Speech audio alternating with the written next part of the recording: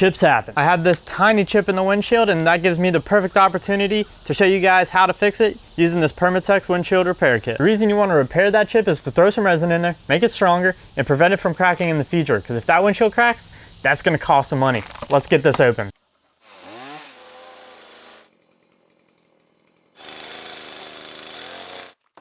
In this kit, they provide you with step-by-step instructions and all the tools and material you will need to complete this job. Before we get started, there's a couple things we need to do right off the bat. That kit can repair chips up to 1 1/4 inches in diameter, so take a little ruler and make sure that the furthest points of that spider web are under 1 1/4 inches.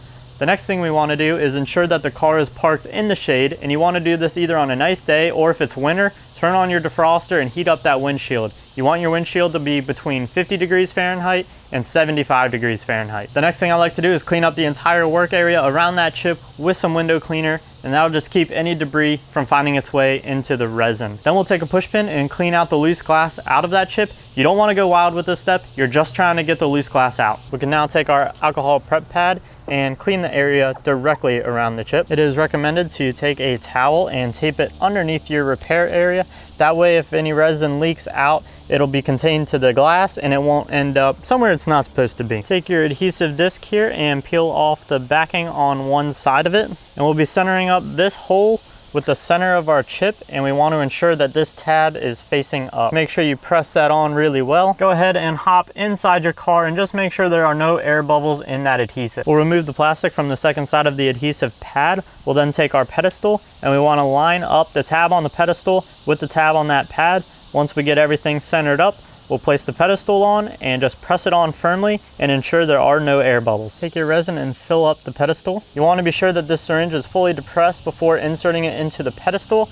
And then we're going to pull this up until it locks into one of these notches. There are 2 notches in this plunger. You want to be sure you're locked into the lowest one. Your little rubber stopper should be almost at the top. This step here is to create a vacuum. It's going to pull all the air out of that chip so we can then inject that resin in and there won't be any air pockets. Something else we can do to help get that air out is just tap this windshield around that chip, and that'll just help move those air pockets a little bit better. And we're gonna let this sit like this for 10 minutes. Now that this has been sitting for 10 minutes, we can remove the plunger.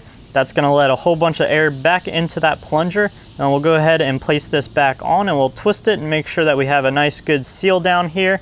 So now that we have all this air, we're gonna pull this little clip back and we're gonna push this plunger down, and we're gonna lock it into this setting here.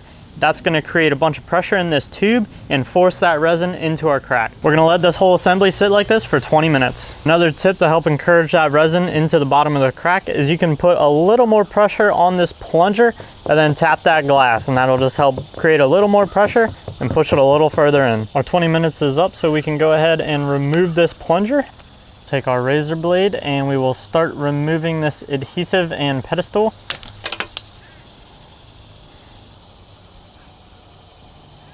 What you have left in your resin tube, squeeze to a little bead on top of that chip. Take your curing strip and place it onto that repaired area. And I'll just use the backside of the razor to get these air bubbles out.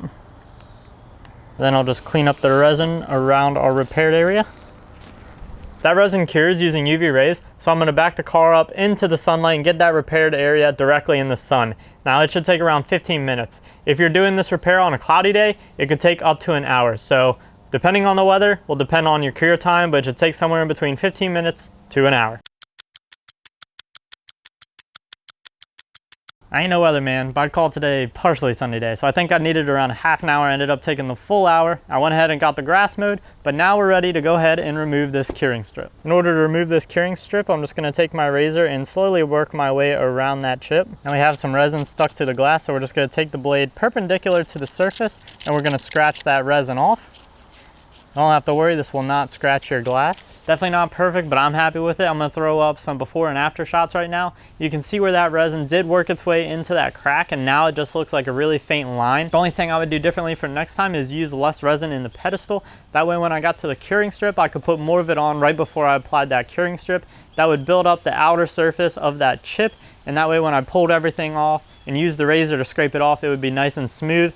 I have a little divot still where that chip is, but that's perfectly fine. Not gonna bother me. It's way off to the side, but if you're gonna do it yourself, make sure you take that into consideration. I just want to mention that all chips are going to be different. Mine was pretty small and I don't think it broke through that top laminated surface very much, so that resin had a harder time penetrating into it. But go ahead and try it out yourself and see what kind of results you can get. If you learned something today, consider hitting that like and subscribe button, and I will see you on the next one.